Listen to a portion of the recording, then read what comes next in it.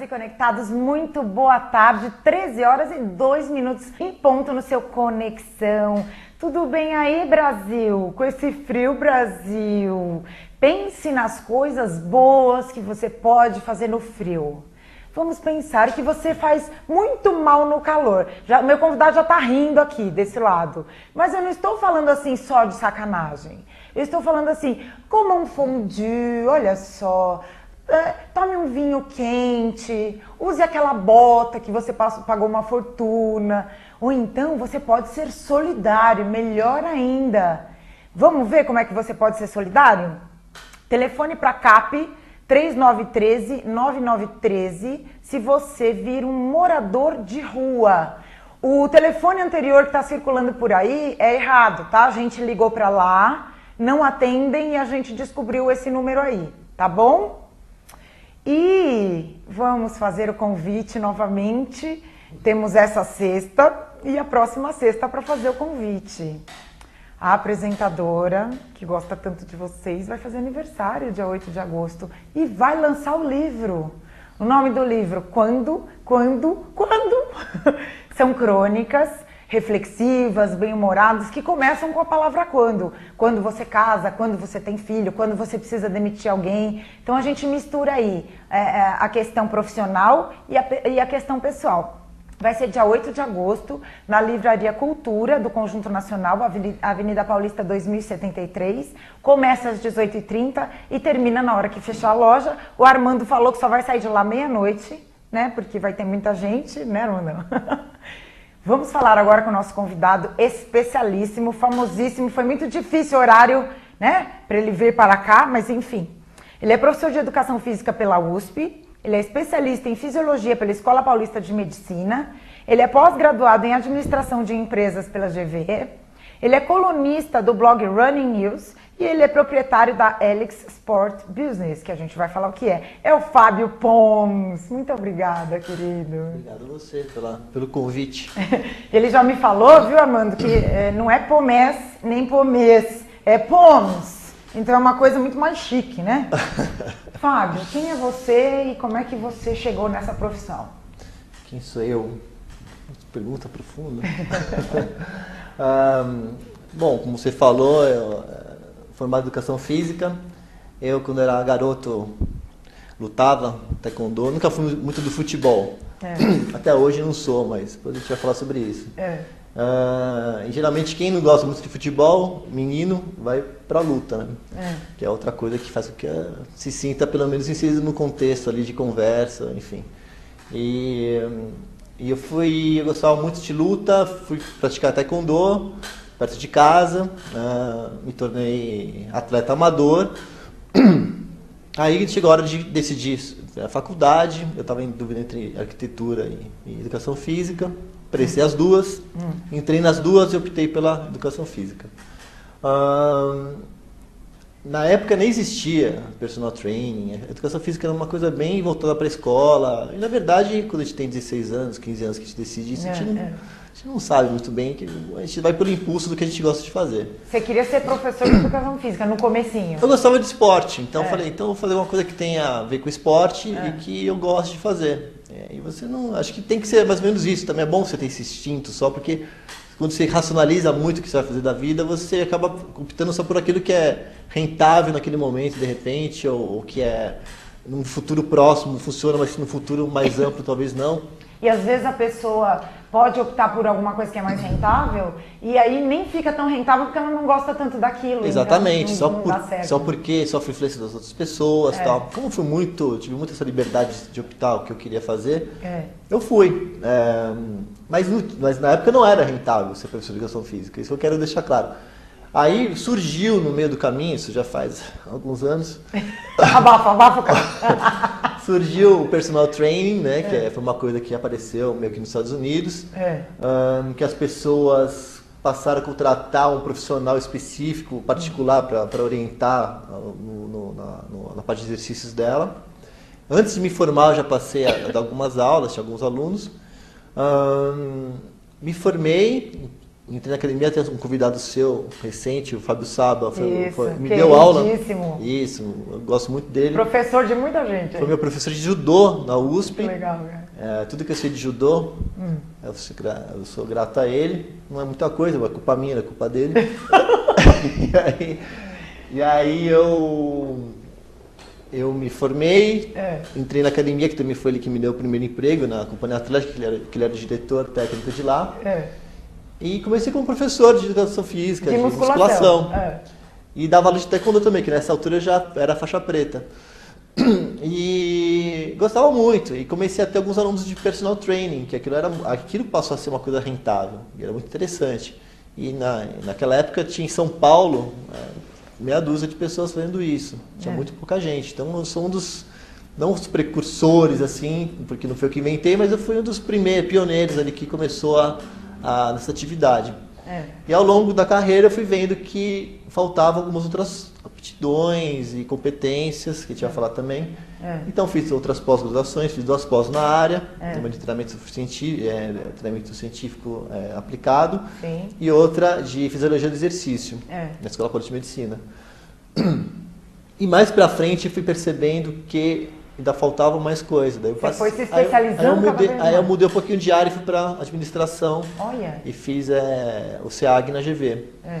E nesse meio tempo saí da musculação, passei a me dedicar mais ao personal. Aí passei a ter uma assessoria esportiva, que era a parte de running. Sempre que tinha alguma coisa, alguma novidade que me interessava, e procurava fazer aquilo que estava mais aparecendo no mercado. Então durante um tempo eu tive essa assessoria esportiva, tinha um sócio. Era voltada para corrida, então a gente montava aquele. A gente brincava que tinha as tendas na USP, que depois proibiram, e daí foi um bafafá, tinha uma associação dos treinadores de corrida de São Paulo. Foi um rolo. E daí eu vi também que ali tinha algumas assessorias que tinham uma massa crítica muito grande de alunos, então tinha mais de 500 alunos, e eu não chegava a 100. Eu falei, poxa, eu vou ficar. E começou a surgir muitas assessorias esportivas nesse segmento. Então. E também, como hoje tem personal training, tem muitos. Quando a coisa começa a virar uma commodity, eu procuro fugir. Quando não se torna a referência daquele setor, é melhor você procurar outro setor. Como não estava, também com o personal training era uma coisa que me interessava, era muito interessante, muito bacana. O networking que você faz com as pessoas que você conhece, na época tinha poucas academias em São Paulo, né? E as principais que eu trabalhei, eram os locais onde as pessoas se encontravam, era muito, muito bacana as pessoas que treinavam, então estava muito concentrado ali. E começou a pulverizar um pouco mais isso. E eu comecei a ver que o mercado estava indo por outros caminhos. Passei para assessoria, continuei com personal training, e depois da assessoria eu via que eu podia prestar assessoria para as assessorias esportivas. Comecei a prestar suporte para elas em alguns eventos esportivos. Daí eu entrei nesse universo de eventos, que eu também sempre tive interesse em fazer. Riquíssimo, o que tem de evento também nessa área. Sempre voltado para o esporte, né? E entrei meio que pelos lados nesse mundo de eventos, fiz algumas parcerias com algumas agências. E hoje eu estou nessa parte de patrocínios. Então é um trabalho que eu faço, uma assessoria que também apareceu de convites de pessoas que falaram: pô, você é bom, você tem relacionamento, por que você não arruma patrocínio para mim e tal? É difícil, eu quero me focar só na produção do meu projeto. E o que é patrocínio? Como é que funciona isso? Patrocínio basicamente seria ter uma placa aqui atrás. Você parar agora, levantar. Em breve, né? Levantar, fazer uma propaganda ali. É o merchan. Aqueles programas que a pessoa fala que a mulher morreu de tiro. Só um segundo, agora vamos falar do creme. Patrocínio é aquilo que vai na camiseta dos atletas, não é? Patrocínio é muito amplo. Na verdade, patrocínio não é só isso, né? E hoje em dia você vê que patrocínio não é só pendurar placa no evento, né? E aparecer, torcer para que apareça na televisão. É uma relação entre o nome e a marca, é isso?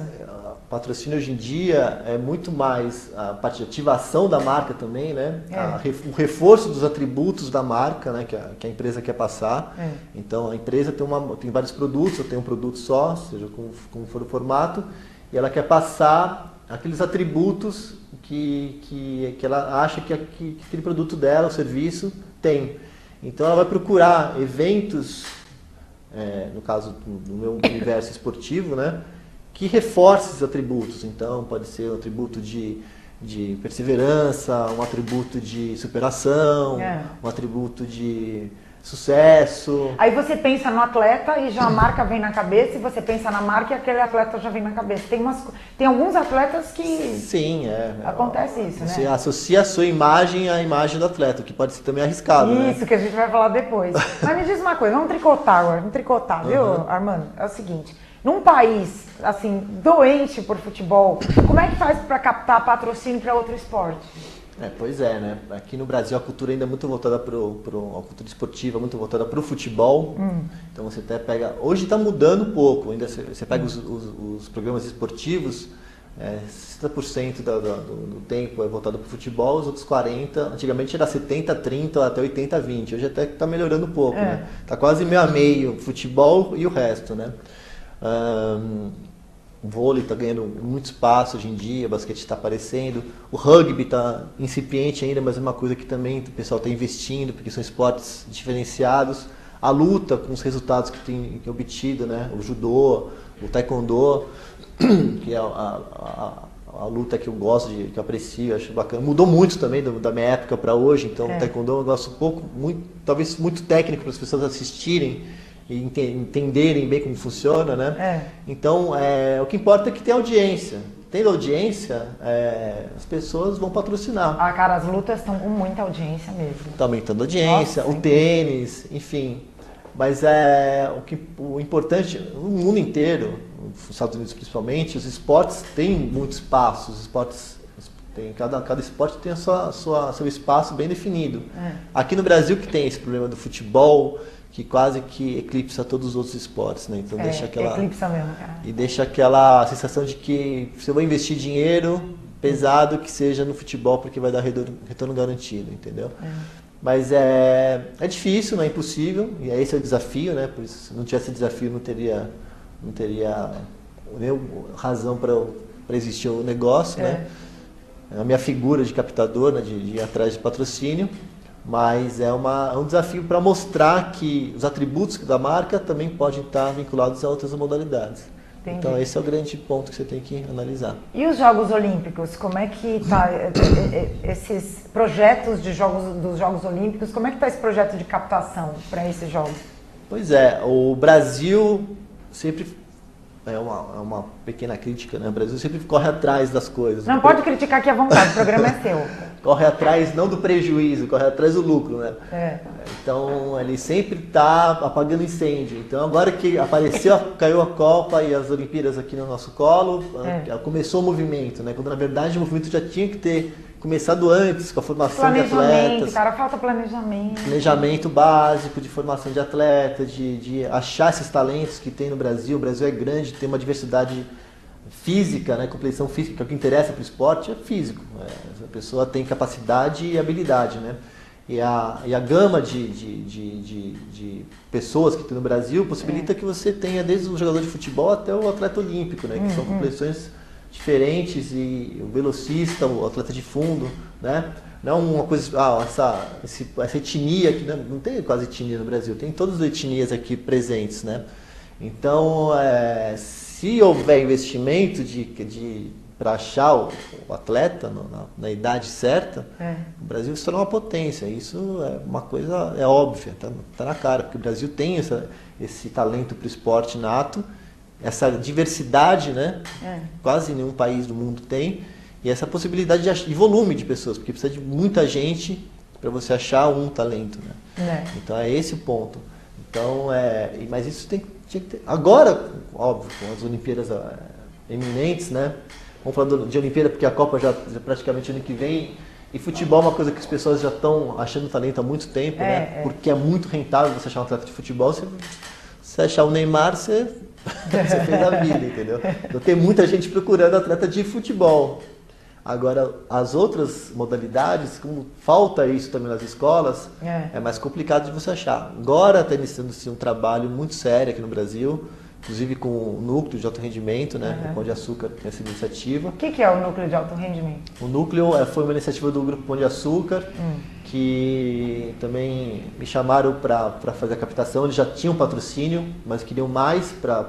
Foi uma iniciativa do Abílio Diniz e do Irineu Loturco, que é o diretor técnico de lá. Ele que idealizou, o Irineu que idealizou todo o núcleo. O Abílio, como um esportista, um cara que investe no esporte. É verdade. A empresa dele investe há mais de 20 anos no esporte. Ele abraçou a ideia, gostou, bancou, mas daí precisa se autogerir. Então a gente foi atrás de patrocinadores, parceiros, e foi uma coisa relativamente fácil de achar, porque é um produto muito bom e um trabalho muito sério que eles fazem ali. Basicamente é um laboratório. É um laboratório que avalia atletas de alto rendimento. Então é um laboratório para verificar capacidades físicas dos atletas, né? E o que pode ser melhorado. Já foram descobertos, Fábio? Então, eles já estão analisando atletas que já estão em confederações, né? Então eles fazem uma parceria com as confederações brasileiras das modalidades que competem a nível mundial para cima. Então, para quem são atletas que competem em mundiais e nas Olimpíadas. Tem essa veia olímpica também, o COB também chancelou o núcleo. A inauguração estava o governador do estado, o ministro do esporte, o Abílio, o presidente do Grupo Pão de Açúcar. Enfim, o negócio teve uma boa repercussão. Está fazendo avaliações aí todos os dias, eles estão trabalhando, trabalho muito sério. E agora eles estão trabalhando, obviamente, para que esses atletas que já estão formados tenham um desempenho melhor nas Olimpíadas de 2016. É muito pouco tempo, né? Na verdade, tem que ter pelo menos aí 10 anos para ter um resultado efetivo, mas o resultado vai vir mesmo com esse pouco tempo por causa da intensidade do trabalho. Mas é um trabalho de longo prazo. E a ideia também é descobrir talentos. Então, sabe que você falou agora há pouco? É interessante. Eu vejo assim, eventos para descobrir a melhor modelo, né? A gente vê por aí, inclusive várias emissoras de TV. Vamos descobrir a carinha nova do Brasil. Então é Miss, modelo teenager, modelo mais velha, até outros tipos de modelo. E plus size agora também, e não vejo nenhum tipo de campanha para descobrir novos talentos, novos atletas. É irritante isso, cara. O modelo talvez seja mais fácil porque você bate o olho e já vê se a menina é bonita, não é, se tem os atributos mínimos ali, se tem altura, se é magra, se tem um rosto interessante. Mas você já imaginou, vamos fazer então um ônibus, que nem aqueles que passam nessas emissoras, para descobrir novos talentos, atletas de 12 a 15 anos em cada modalidade. Se ele se destacou na escola dele, ou no clube dele, whatever, enfim, no Brasil, a cidade vai dar um jeito de levar o menino lá, entendeu? Vamos fazer. Eu te adoro conexão. Fechado, vamos fazer um projeto e vamos ver. Acho que funciona. Me diz uma coisa, aquele mercado de eventos de running que você começou até nele, ele continua se expandindo no Brasil? Como é que tá? Porque eu vejo assim muitos eventos. A corrida cresceu muito no Brasil nos últimos 10 anos, né, 15 anos. O mercado de running, você pega como base dos Estados Unidos, deve ter ali... É difícil mensurar esse universo, mas eles têm alguma ideia, né? O que se diz é que tem entre 40 e 50 milhões de pessoas nos Estados Unidos praticando running. Né, que isso running é aquele entusiasta, não são atletas de alto rendimento como a gente estava falando anteriormente. Tipo eu, que vai correr, enfim. Tipo eu, Você que dá corridinha. Olha os e-mails chegando, viu, né, Armando? As mina pira no Fábio Pomes, mas ele é casado, tá? As mina pira, vocês podem parar, vai. Corro 6 quilômetros. E aí? E aqui no Brasil, sempre se pega como base, também tem algumas medições que dizem que é 10% desse mercado. Então, se lá tem 50 milhões, aqui vai ter 5 milhões. É difícil mensurar, mas vamos supor que tenha 5 milhões de pessoas praticando running aqui no Brasil hoje. Running corrida de rua, né?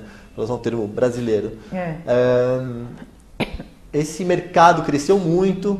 Hoje, em São Paulo, a última estimativa que eu vi, tinha 300 corridas por ano só no estado.